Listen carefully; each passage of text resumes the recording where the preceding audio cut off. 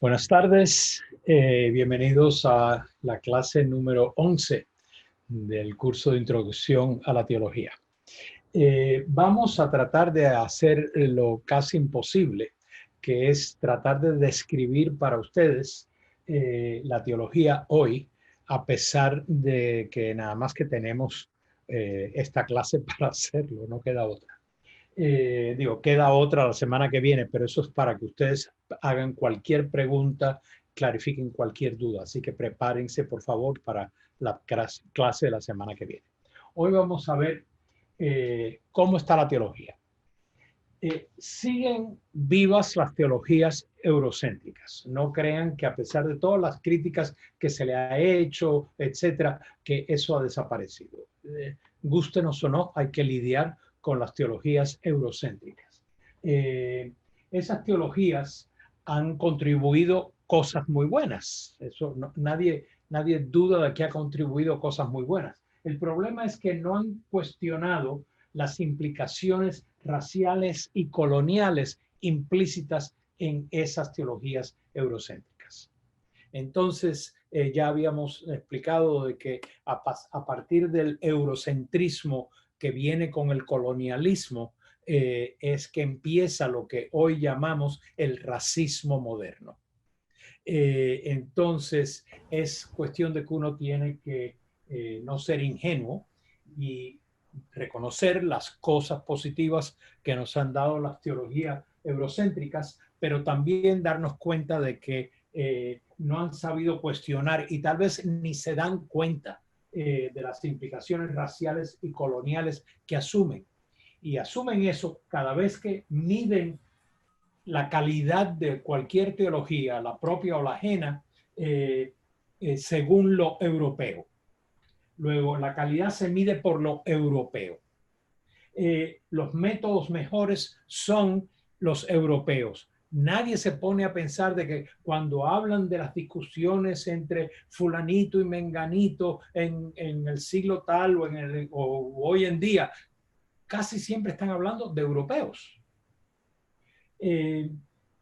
Trate de publicar un libro, si usted no es un descendiente de europeos, trate de publicar un libro en teología en algunos países europeos. Y es casi imposible.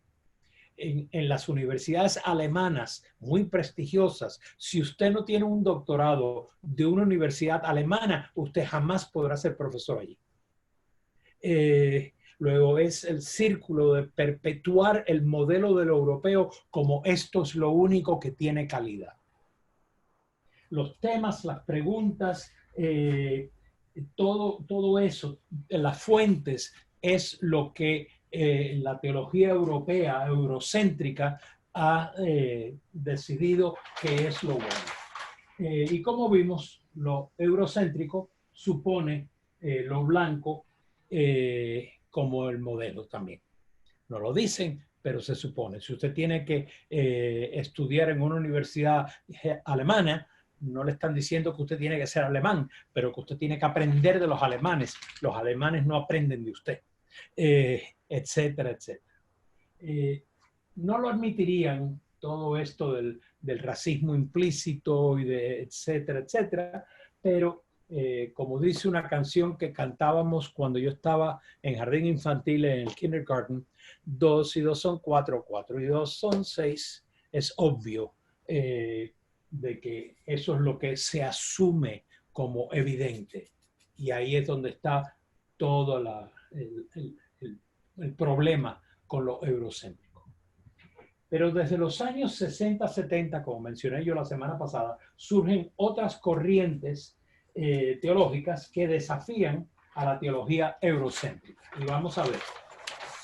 Es importante no olvidar, antes de llegar ahí, es importante no olvidar la realidad demográfica del cristianismo, especialmente del catolicismo occidental, que son las comuniones anglicana, romana, veterocatólica y la mayoría de las iglesias luteranas.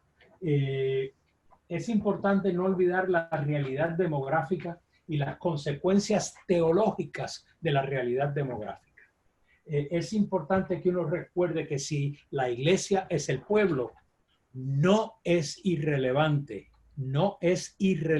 para la teología preguntar ¿y quién es ese pueblo? ¿Dónde está ese pueblo? ¿Qué clases sociales, qué razas, qué géneros tiene ese pueblo? Eso no es irrelevante para la teología. Y por lo tanto, cuando uno se pone a ver para el catolicismo occidental, el pueblo está principalmente en América Latina, en África, en Asia y entre los marginados del supuesto primer mundo. Entre los europeos y sus descendientes está reduciéndose el número de los miembros de las iglesias. Está creciendo entre latinos, latinoamericanos, africanos, asiáticos, etc. Por lo tanto, hay que preguntarse de quién es y desde quién es la teología. ¿De quién es la teología y desde quién se hace la teología? Veamos un movimiento muy importante que comienza en los años 60, la teología de la liberación. Está principalmente fundada o se fundó principalmente en América Latina, pero no existe ni existió exclusivamente en América Latina. La teología de la liberación quiere demostrar que el evangelio incluye necesariamente, ineludiblemente, la justicia, la libertad y la solidaridad. Que no hay cristianismo que sea creíble que excluya la justicia, la libertad y la solidaridad. No hay cristianismo que sea verdaderamente creíble que excluya que la gente sea igual en los sistemas sociales, en las sociedades, en las comunidades, etc. La teología de la liberación propuso lo que llama una opción preferencial por los pobres. Y dice que esto lo hizo Dios, porque si uno ve en quién Dios optó por encarnarse, eso fue una opción por los pobres. Y si uno ve quiénes fueron quienes estuvieron con la fundación de la iglesia hizo una opción por los pobres. Luego, hoy Dios sigue haciendo su opción, la iglesia tiene que seguir haciendo. Una iglesia que no es comprometida es falsa. Esa es una frase de Monseñor Romero. La iglesia no comprometida es una iglesia falsa. Una iglesia que se dedica nada más a rezar mucho es una iglesia falsa. Una iglesia verdadera, con credibilidad, tiene que estar en la calle sirviendo a los más necesitados, organizando a la gente que más necesita solidaridad. Una iglesia no comprometida es falsa. Se necesita solidaridad para tener credibilidad. Y el protagonismo en la iglesia tiene que empezar a regresar a lo que fue originalmente, el protagonismo, el liderazgo de los pobres. Y eso se dice fácil, pero dadas nuestras instituciones eclesiales, eso no es tan fácil. La teología de la liberación entró en diálogo con una serie de pensadores, tanto filósofos como gente que estaba en el mundo de la antropología, sociología, etc., tratando de que los ayudaran a los teólogos a pensar la realidad, a entender la realidad y a poder responder efectivamente a esa realidad, a proponer alternativas. No es que un teólogo proponga recetas, de eso no se trata la teología, pero que proponga los caminos por donde aquellos que están con la responsabilidad del liderazgo, por el camino por donde van a poder encontrar las recetas. Entonces, nombres de alguna de la gente al principio de la teología de la liberación, no los que están haciéndola hoy en día, que son pero cientos, sino gente que fueron los primeros que pensaron esto: Gustavo Gutiérrez, Leonardo Boff, John Sobrino, Juan Luis II, segundo Galilea. Y curiosamente, 1, 2, 3, 4 de ellos fueron profesores míos cuando yo estudié. Pero si uno se fija, y aquí hay un etcétera muy grande, si uno se fija, esta gente que comenzó la teología de la liberación en su primera generación, no se dieron cuenta de que había mujeres. Los temas que tuvieran que ver algo con la experiencia y la perspectiva de la mujer brillan por su ausencia.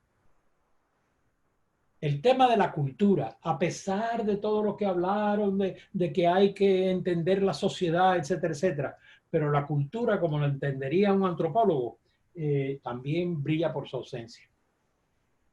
Temas de raza, racismo, o que el mundo negro en América Latina o el mundo indígena en América Latina, para nada. Curiosamente, el mundo de lo religioso popular, para nada. Las teologías y todo, era todo usando terminología y usando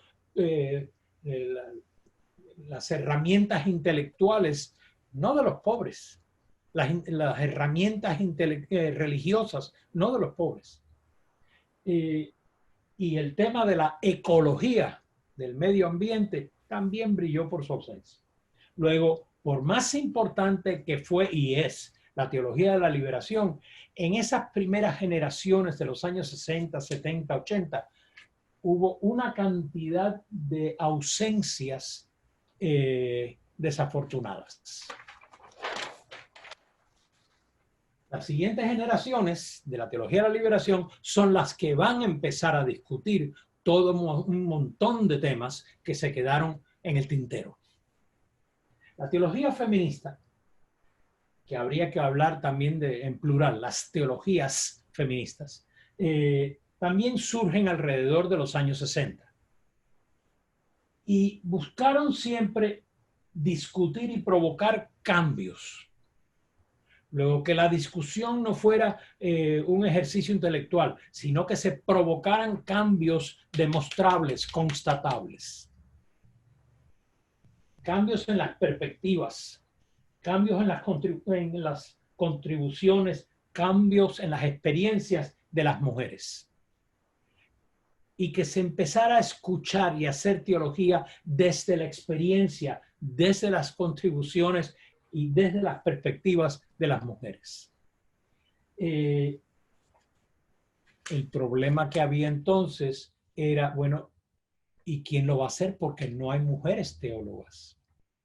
Fue en los años 60, 70, cuando empiezan a admitirse mujeres laicas. No había mujeres ordenadas en ninguna de las iglesias del catolicismo occidental. Entonces, las mujeres laicas empiezan a ser admitidas para estudiar doctorados en teología. Luego, ahí es cuando empieza a desarrollarse la teología feminista. La teología feminista es un desafío a todo lo androcéntrico. A todo lo androcéntrico. Donde el hombre es la medida de lo humano. Acuérdense cuántas veces hablamos, no, porque el hombre, pero la mitad de la humanidad son mujeres. ¿Por qué un género define a toda la humanidad? Entonces, la teología feminista es un desafío a todo lo androcéntrico. Pero también, no solamente en la sociedad, sino también en las iglesias. El clero era exclusivamente masculino. Las instituciones estaban hechas para ser dirigidas exclusivamente por los hombres. Y todavía en la comunión romana esa es todavía la realidad. ¿Okay? Entonces, estas teologías feministas buscan crear justicia e igualdad entre géneros. Se dice muy fácil, pero si ustedes se fijan en toda la sociedad en que vivimos y se fija en nuestras familias, etcétera, etcétera, hay una cantidad de suposiciones que no son probadas, ni van a ser probadas nunca. Una cantidad de suposiciones que son murallas en contra de que realmente haya justicia e igualdad entre los géneros. Y eso no se va a caer a no ser que uno agarre un mazo social y empiece a romper murallas. Las teologías feministas buscan crear conciencia y cambio, pero sobre todo conciencia de la necesidad del cambio. Y buscan desvelar, quitar el velo, desvelar los supuestos de géneros. Ser mujer significa esto, ser hombre significa esto, ser mujer significa ser madre y esposa. Jamás se le ocurre a alguien decir profesora universitaria, sino profesora de jardín infantil, etcétera, etcétera. Luego, todos los supuestos que tenemos nosotros de lo que va con este género o el otro. ¿Okay? Y si a un hombre le gusta la música y le gusta el arte, uy. O si a una mujer le gusta trabajar como albañil, uy. Estamos suponiendo que un género viene, cualquiera de los dos, viene en una cajita cerrada con concreto. Y de ahí no se puede salir. Los supuestos de género en teología, en iglesia, en sociedad, hay que decirlos en público. No se pueden ocultar. Y las teologías feministas tratan de teologizar a partir de la experiencia de las mujeres y tratan de tomar los temas que tomaría cualquier teología y decirlos no a partir de la experiencia de los hombres, sino de la experiencia de las mujeres. Y empezamos a darnos cuenta que en el momento que yo empiece a hablar de Dios en lo femenino, empieza a cambiar un montón de supuestos que tenemos de cómo es Dios. Una de las grandes obras de la teología feminista de Elizabeth Schussler Fiorenza es precisamente empezar a pensar Dios. Y Elizabeth Johnson llegó a escribir un libro que se llama Ella que es, She Who Is, que es pensar a Dios en femenino. Y los resultados son sumamente interesantes porque bombardean a muchísimas suposiciones que tenemos nosotros de lo que es Dios y nos ponen a pensar por qué es que tanto insistimos en que el poder es parte de la definición de quién es Dios. Porque si Dios es masculino, claro que tiene que tener poder. Y si Dios no fuera masculino, ¿una mujer no puede tener poder? El uso del poder quizás tenga más sentido común, aparte de eso.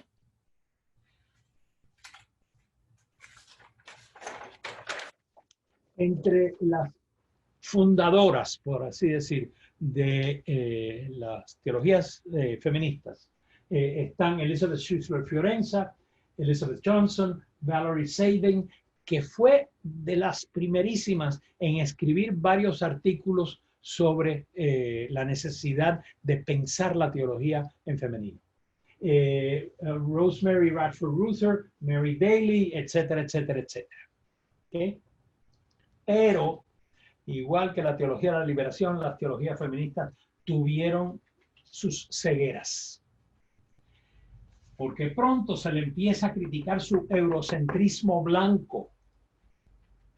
En reuniones entre teólogos, yo no recuerdo cuántas docenas de pleitos yo he presenciado en que las feministas blancas estaban en pleito con las feministas que no fueran blancas.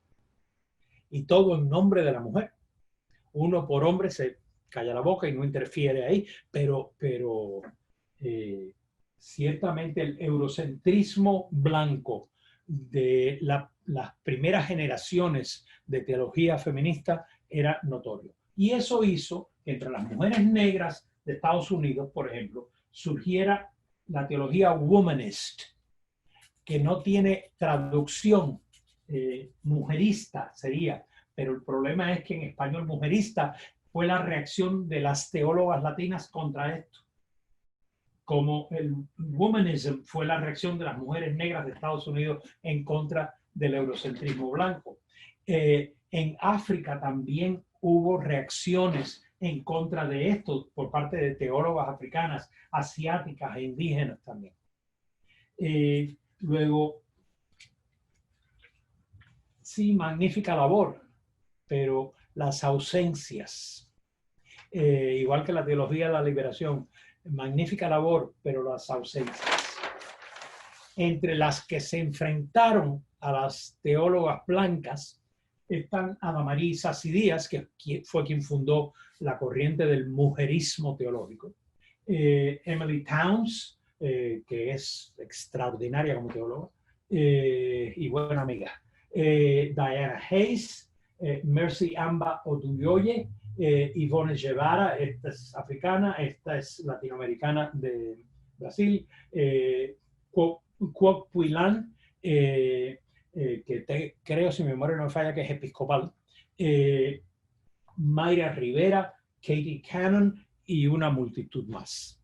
¿Okay? Todas ellas son personas de renombre. Los nombres que les estoy mencionando son gente que si usted los menciona, todo el mundo, ya yo sé de quién habla. Todas ellas y muchas más alzaron su voz contra el eurocentrismo blanco que existía entre muchas de las teólogas feministas blancas. No porque fuera maldad, sino porque no se daban cuenta. No se daban cuenta. Y la teología latina de Estados Unidos. Esa es otra corriente que comienza en los años 80. Y comienza en los años 80 como movimiento, pero ya había un par de teólogos anteriores a los años 80, Justo González, que es metodista, y Virgilio Elizondo, que fue católico romano. González está vivo, Elizondo falleció.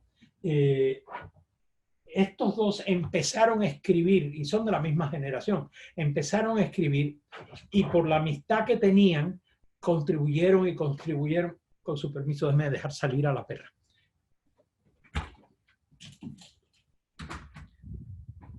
Imagino que estaba desesperada. Entonces, empezaron los teólogos latinos a construir sobre lo que González y Elizondo habían hecho, habían escrito. Luego empezaron ellos dos, que no era un movimiento, sino dos académicos con experiencia pastoral, escribiendo y escribiendo. Justo González creo que estudió en Yale, si mi memoria no me falla, y Virgilio Elizondo estudió en el Instituto Católico de París, que es la mejor universidad en lengua francesa, en teología. Cuando empiezan a sumarse nuevos teólogos latinos de Estados Unidos que empiezan a construir sobre el trabajo de estos dos, se ve que lo que estaban buscando era dar voz teológica a la comunidad latina. Si usted se fija en la realidad demográfica, 49% de todos los católicos romanos en estos momentos en Estados Unidos son latinos. La proporción de crecimiento de latinos en el mundo episcopal es una proporción que no es explicable porque usted sea hijo de episcopales. Si usted se pone a ver en las iglesias independientes católicas, que son básicamente las que forman parte del mundo veterocatólico, es lo mismo, se mantienen vivas porque ahí hay latinos. Entonces, ¿cómo dar voz teológica a la experiencia latina y no meramente repetir lo que el mundo blanco eurocéntrico dijo que eran las realidades de estas comuniones eclesiales? Una cosa que primero se hizo fue ampliar las fuentes. ¿Dónde va uno para preguntarse sobre teología? Esas son las fuentes. Y los teólogos latinos empezaron a decir, hay que ir a hacer un análisis sobre cultura. No es ir a biblioteca, es ir a la calle. No es simplemente leer libros, los tiene que leer, pero no es simplemente leer libros y dialogar con libros. La teología no es libros hablando con libros. La teología es teólogos que viven entre la gente, que hablan con la gente, que viven la vida con la gente, que tienen los pies puestos donde está la gente y escuchan a la gente. Ampliando las fuentes, hay que ir a la cultura, a la realidad, hay que ir al catolicismo popular. ¿Cómo podemos pensar? Bueno, esto es la explicación teológica de lo que es el catolicismo, pero el catolicismo del que se habla es un catolicismo del clero. Y la mayor parte del clero no es latino. Y aunque lo fuera, la teología que aprendieron en los seminarios de latina tiene lo que tengo yo de chino. Entonces, hay que ir al catolicismo del pueblo y eso es lo que significa el catolicismo popular. No es que esté muy esparcido, lo está, pero de eso no es el origen de popular, sino que popular es el adjetivo de la palabra pueblo. Entonces, y hay que ir a ver a las familias extendidas. Hay que ir a la realidad de la gente, analizando el mestizaje y el mulataje. Esos dos términos, gracias a Elizondo y a González, esos dos términos, sobre todo mestizaje primero, se hizo sumamente importante el análisis de esos términos. Y mestizaje y mulataje en lo que se refiere a lo cultural, a lo religioso y no meramente a lo racial. Y es simplemente tratar de darse cuenta de que el mezclar es algo muy latino. El mezclar define a lo latino. Y eso es algo que se nos olvida a veces. La pureza absoluta, entonces, eso no es muy común entre los latinos. El entender todo echando mano de a lo que me ayude a entender, eso es lo latino. No tener miedo a experimentar o a mezclar. Ay, pero es que no debería ser así. Bueno, quizás la Tierra debería ser cuadrada, pero es redonda. Hay que repensar la teología, diría la teología latina, desde y para la realidad latina de todos los días. La vida real existe nada más en el diario, en lo cotidiano, como decimos en teología latina. Nada más que existe en lo cotidiano. No existe el futuro, ya no existe todavía, el pasado ya no existe, nada más que existe la realidad actual. Podemos construir de cara al futuro, podemos aprender del pasado, pero el vivir, el aprender, el construir, todo eso nada más que se puede hacer en cada presente, en cada cotidiano, en cada realidad social, cultural, familiar, religiosa, y etcétera, etcétera, que se mezclan para hacer la vida real. Y pensar y repensar la teología desde y para la realidad latina de todos los días va a abrir nuevos temas y nuevos lenguajes. La teología latina tiene mucho en común con las teologías de la liberación y feminista, pero hasta hace poco la teología latina, ya empezó a hablar de ello, pero hasta hace poco la teología latina hablaba muy poquito sobre la negritud.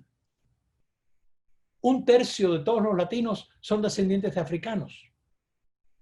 Y sin embargo es así como la teología latina, como ese tema no se trataba, ya se trata, pero no se trataba.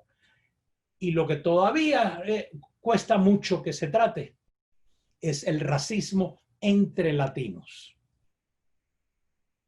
¿Cómo que racismo entre latinos? Ah, sí.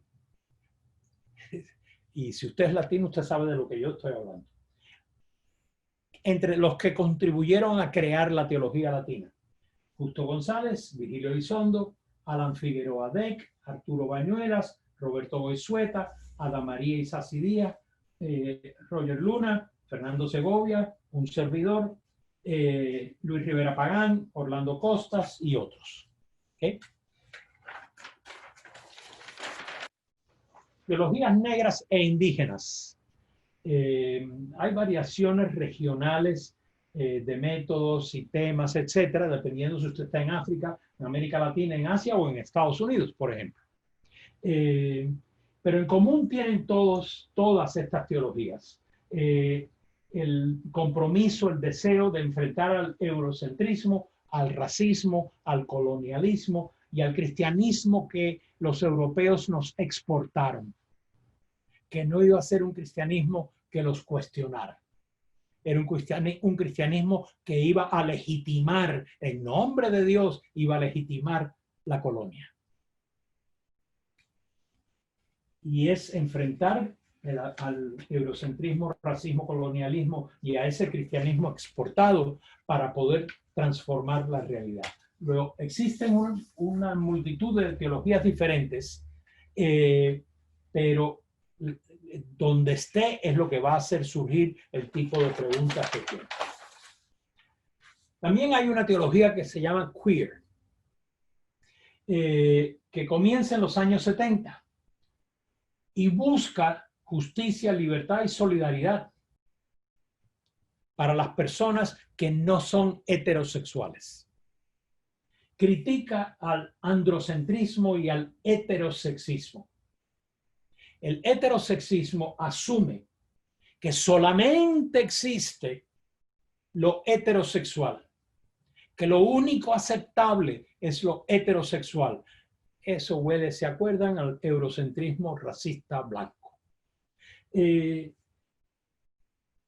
heterosexismo asume que solo existe lo heterosexual y que lo heterosexual es masculino o femenino. Punto. El problema es que cuando hablamos de identidad de género, está más que demostrado que hay una fluidez en lo que significa identificarse con este o aquel género. Y hay personas que no se identifican ni con uno ni con el otro, o con los dos, o uno y otro. Luego, es una fluidez en la realidad psicológica y sociológica humana que no se puede decir, no, o es esto o es aquello. No.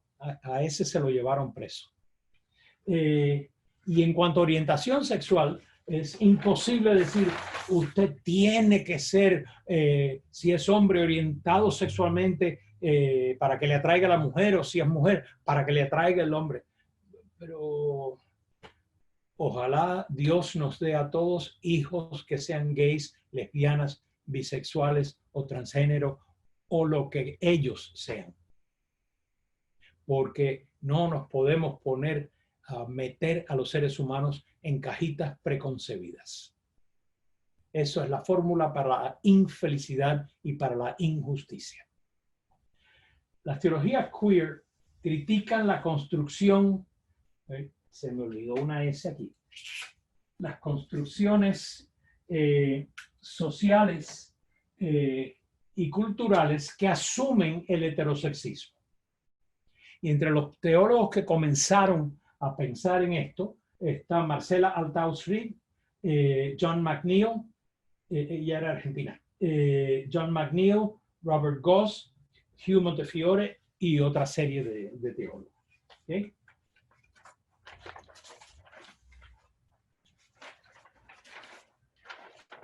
Y por último, la teología intercultural. Desde los años 60 se empezó a hablar de la inculturación. Y se hablaba de la inculturación de la fe. El problema es que el modo como se hablaba de la inculturación de la fe es que yo pastor, yo no soy pastor, pero yo pastor traigo la fe y anuncio la fe a una nueva comunidad que entonces la acepta y la mete dentro de su cultura para que tenga sentido para ellos. Pero eso huele feo, porque la fe que yo le llevo ya está inculturada en mi cultura. Luego, no existe una fe que sea, por así decir, químicamente pura, que no esté inculturada. Luego, inculturar la fe es como decir, hagamos que los círculos sean redondos. Es que no puede haber fe que no esté inculturada. Y si no está inculturada, no es fe. No existe la fe que se anuncia, la fe que se acepta, la fe que se viva fuera de las culturas. Ya están inculturadas. Por eso ya no se habla de la inculturación de la fe, se habla de la interculturalidad de la fe. La interculturalidad de la fe. La teología intercultural emplea métodos culturales que se ponen a dialogar entre sí, pero que dialogan entre sí como iguales. Nadie es el dueño de la casa. Nadie es el anfitrión y nadie es el invitado. Nadie decidió cuál va a ser el menú de esa comida. Todos trabajan como iguales para crear lo que vaya a ser. Sin nada ni nadie pretender que sabe más que el otro, que es superior al otro, que tiene una perspectiva mejor que el otro. Lo incultural es lo completamente opuesto a lo colonial, a lo eurocéntrico, a lo androcéntrico, a lo racista y a lo heterosexista. Porque simplemente dice, somos como somos. Así que vamos a conversar para entendernos.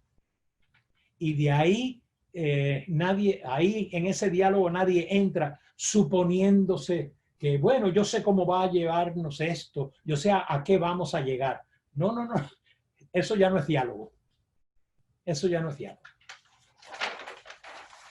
Solamente Dios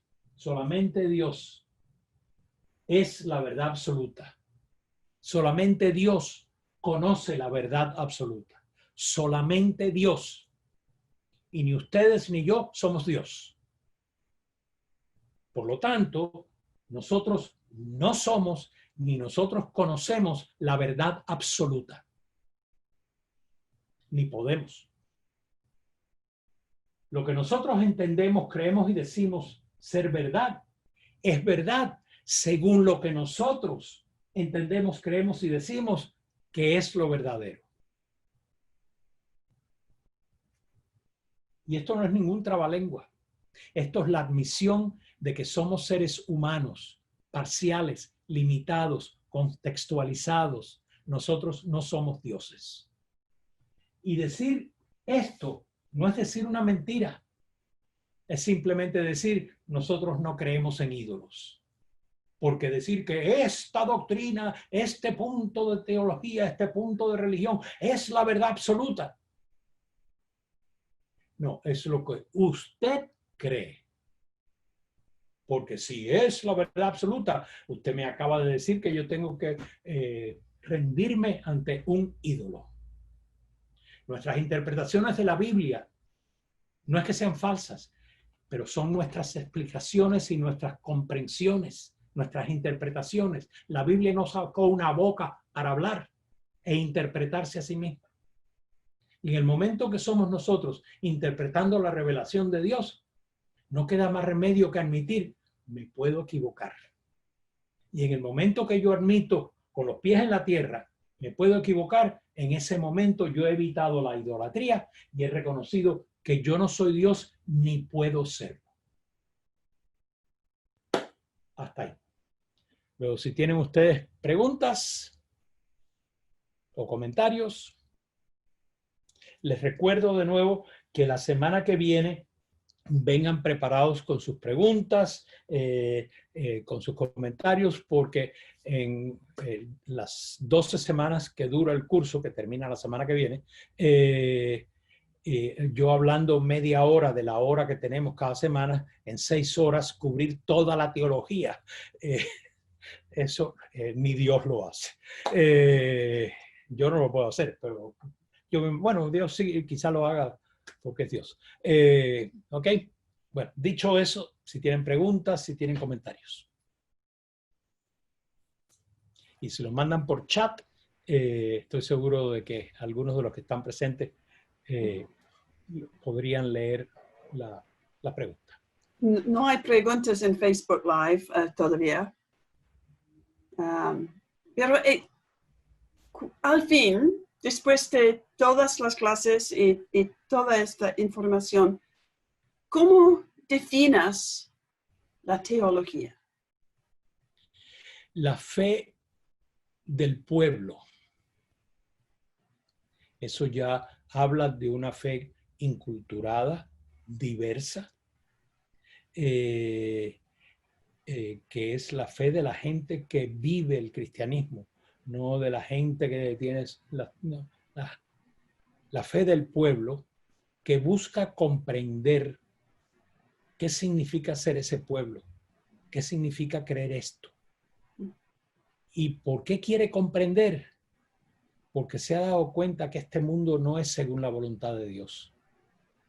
Y por lo tanto es la fe del pueblo que busca comprender para transformar esta realidad según la voluntad de Dios.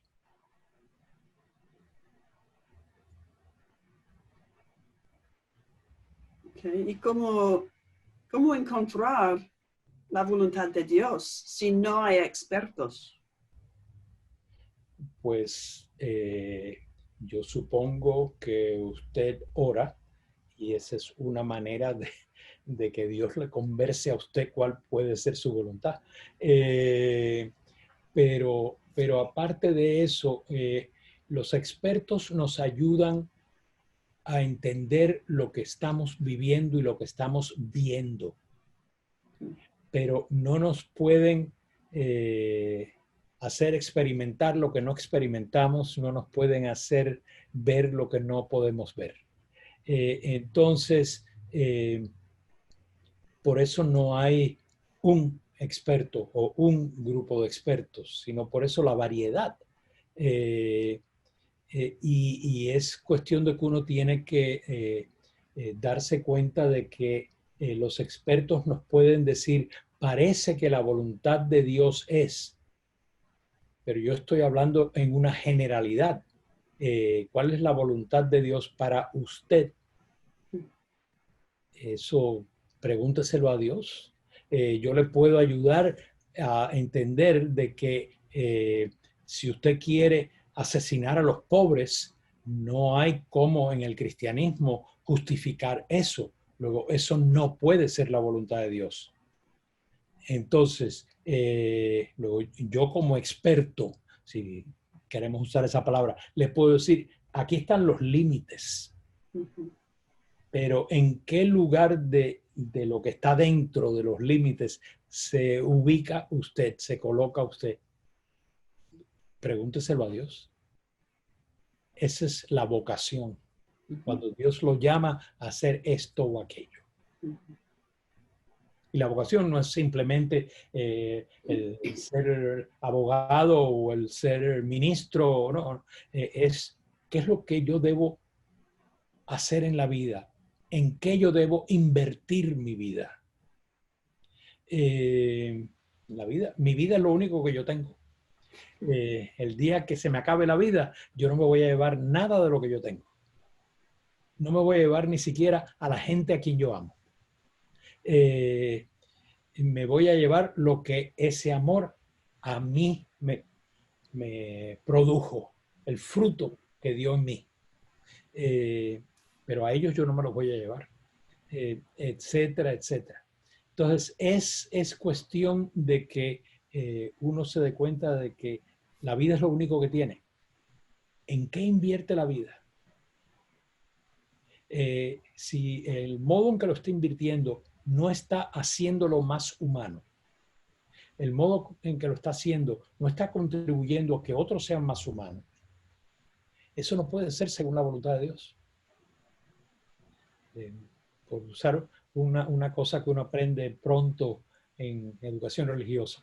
El ser humano está hecho a imagen y semejanza de Dios. Eso es una línea del libro del Génesis. Sí. Luego, ser humano es ser reflejo de Dios, asemejarme a Dios. Luego, ser humano no es que yo me parezca a una cuenta bancaria. Ser humano no es tener mucho dinero, ser humano ser humano es ser humano. Y el pecado mayor es que yo me deshumanice o que deshumanice a otros.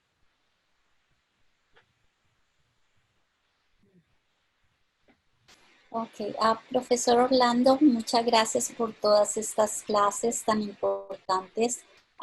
Quisiera saber si podría dar un poco más ejemplos sobre la teología latina de 1980. ¿Qué cambios grandes fueron ocurridos o cómo fue que repercutió o cómo fue que ayudó o más en concreto? Es que nace en los años 80, luego ya habían los escritos de González y de Elizondo de unos 5 o 10 años antes, pero como movimiento comienza en los años 80, cuando empieza la transformación de algunas de las iglesias del catolicismo occidental, comienza la transformación demográfica. Por eso yo empecé, antes de ver ninguna de las teologías, dije yo, fíjense de los cambios demográficos, que eso tiene consecuencias teológicas. Pero ¿quién es la iglesia? ¿Quién es el pueblo? No es irrelevante. Y cuando empieza a crecer la presencia latina y es marginada, cuando empieza a crecer la presencia latina y es utilizada, cuando empieza a crecer la presencia latina y uno como latino empieza a decir, y yo estuve allí en los primeros grupos, uno empieza a decir, ¿y esta gente dónde tiene la cabeza? No, señor, yo no soy un muñeco para que usted me esté usando como marioneta. Ni soy un juguetito que lo aplaude si usted le aprieta un botón. Luego, tráteme como ser humano.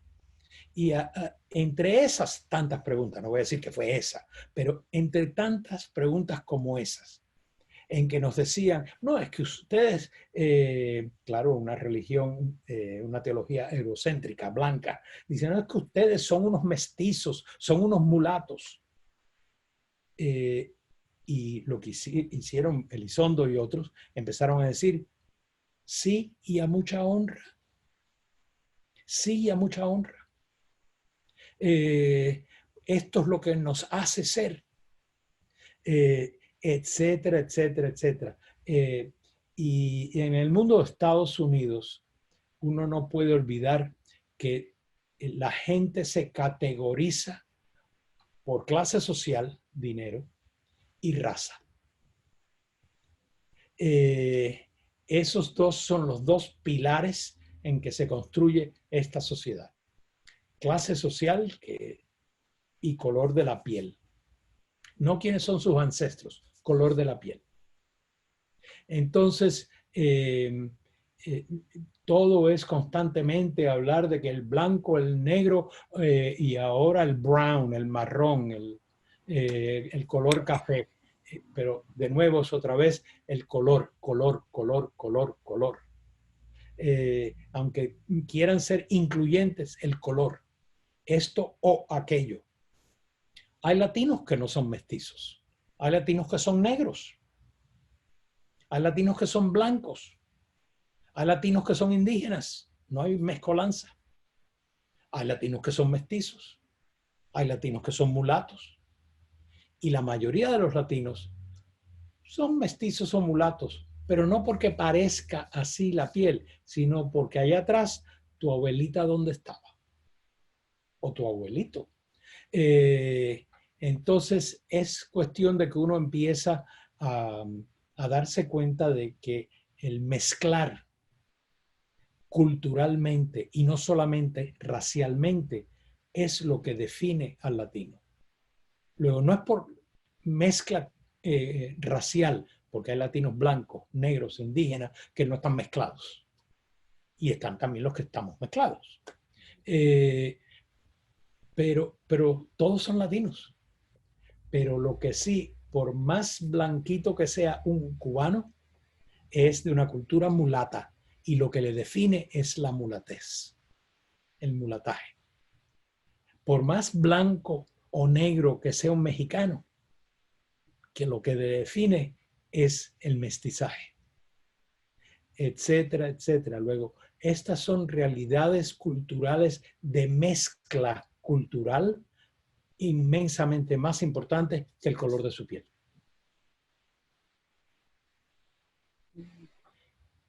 Esas son las realidades que estábamos empezando a entender en los años 80.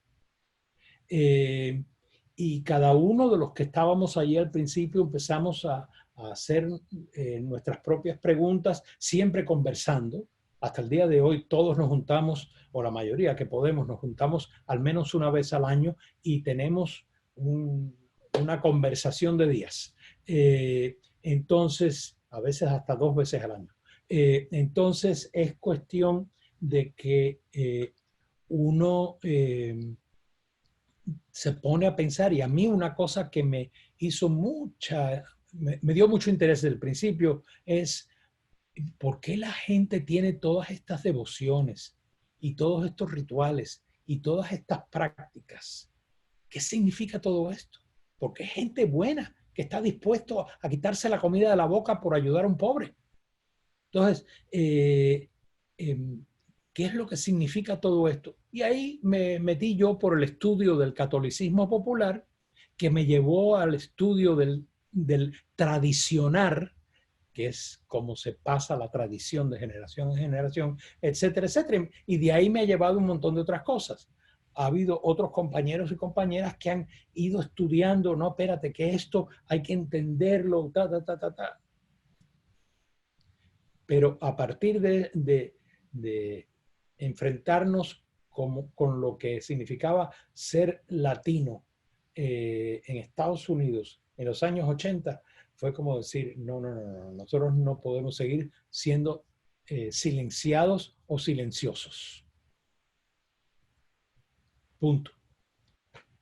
Y ahí empieza a decir, ay, todos teníamos títulos universitarios en teología. Entonces, pues ahí empieza a hacerse la teología latina.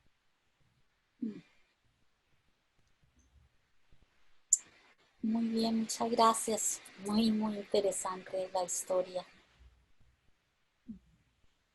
¿Qué más?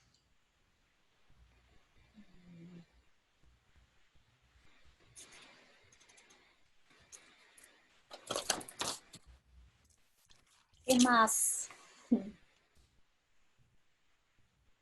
Sobre los fundadores del feminismo. ¿Cómo las fundadoras del feminismo, cómo fue recibido y qué más pasó? Fíjate que no es las fundadoras del feminismo, sino de las teologías feministas. Okay. Entonces,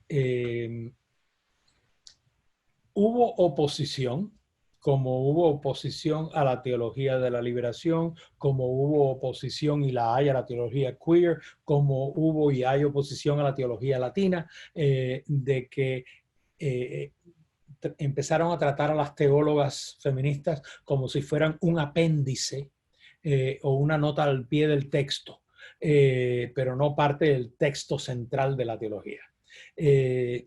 Entonces, hubo mucha pelea y mucho argumento para decir está bueno ya de esta marginación. Luego, todos estos grupos de las diferentes teologías, todos han tenido que enfrentarse de una manera u otra al androcentrismo y en las teologías feministas, aunque las primeras fueran todas blanquitas, enseguida las mujeres no blancas que estuvieron oyendo y diciendo, sí, lo que ustedes dicen es verdad, pero esto a mí no me toca porque tú tienes el privilegio de ser blanca. Y yo soy negra, yo soy latina, yo soy indígena, yo soy asiática. Luego, no es que todas las mujeres somos iguales. No, o que todas las mujeres queremos participar como iguales en la sociedad con los hombres. ¿Cuáles hombres? los que han construido la sociedad para beneficio de ellos. Usted, mujer blanca, quiere participar como igual de ellos. Pues yo no quiero que usted participe como igual de mía. Entonces, empiezan toda una cantidad de conversaciones en todos estos movimientos teológicos, que al principio, como eran unas cuantas intuiciones, no había cómo pensar cuáles iban a ser las consecuencias. Pero cuando empiezan a haber consecuencias, cuando empieza a hacerse un movimiento, y todos estos son movimientos, uno empieza a decir, no, por ahí no, o fíjate que por ahí sí. Entonces... Más o menos ¿en qué año fue este movimiento que empezó? ¿Cuál de todos los? La cuestión teológica feminista. También en los años 60. En los 60. Sí. Claro que no todo el mundo empezó a publicar en los 60, pero empezó a pensar, porque el feminismo como movimiento también comienza así muy visiblemente en los años 60. Fíjense que todo esto, cuando digo comienza en los años 60, no estoy diciendo que no hubiera gente anterior. Ayer fueron los 100 años de que el voto fuera de la mujer en la Constitución de los Estados Unidos. 100 años. Luego, más de la mitad de la historia del país no tuvo la participación de las mujeres como electoras. Y todas esas mujeres que lucharon por el voto estaban poniendo los cimientos de lo que después se convirtió en el movimiento feminista. Y anterior a eso, todos los que estuvieron luchando contra la esclavitud, pidiendo y exigiendo la abolición de la esclavitud, acabaron poniendo los cimientos para lo que sería el movimiento de derechos civiles de los años 60 y después las teologías negras, etc.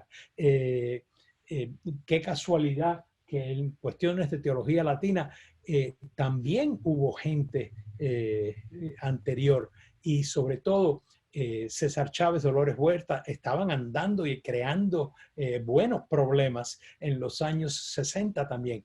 Y yo me acuerdo de haber ido a ayudar cuando yo era estudiante universitario. Entonces es cuestión de que todo eso va diciendo, yo no puedo hacer una teología que me siente delante de una mesa a hablar piadosidades. Esa no es la vida que yo escogí. Yo tengo una formación teológica que, yo reconozco que mucha gente no la tiene, pero no es para mí. Es para dar herramientas a la gente que las necesita. Y no herramientas para rezar mejor, es herramientas para ser mejor y para hacer que este mundo sea mejor. Bueno, muchas gracias de nuevo. A ustedes, porque ya me doy cuenta de que ya casi se acaba el tiempo. Así que nos vemos la semana que viene. Traigan sus preguntas y para pasar toda la hora conversando, discutiendo, etcétera. Y si hay algún tema que ustedes dirían, yo hubiera querido que lo hubiera mencionado durante todas estas semanas, y yo, por la razón que fuera, no la mencioné, pues hagan la pregunta. Okay. Vamos a estar pensando entonces en qué vamos a concentrarnos más para preguntar. Efectivamente. Y muchísimas gracias y nos vemos el miércoles que viene. Buenas noches. Muchas Adiós. gracias, profe. Adiós.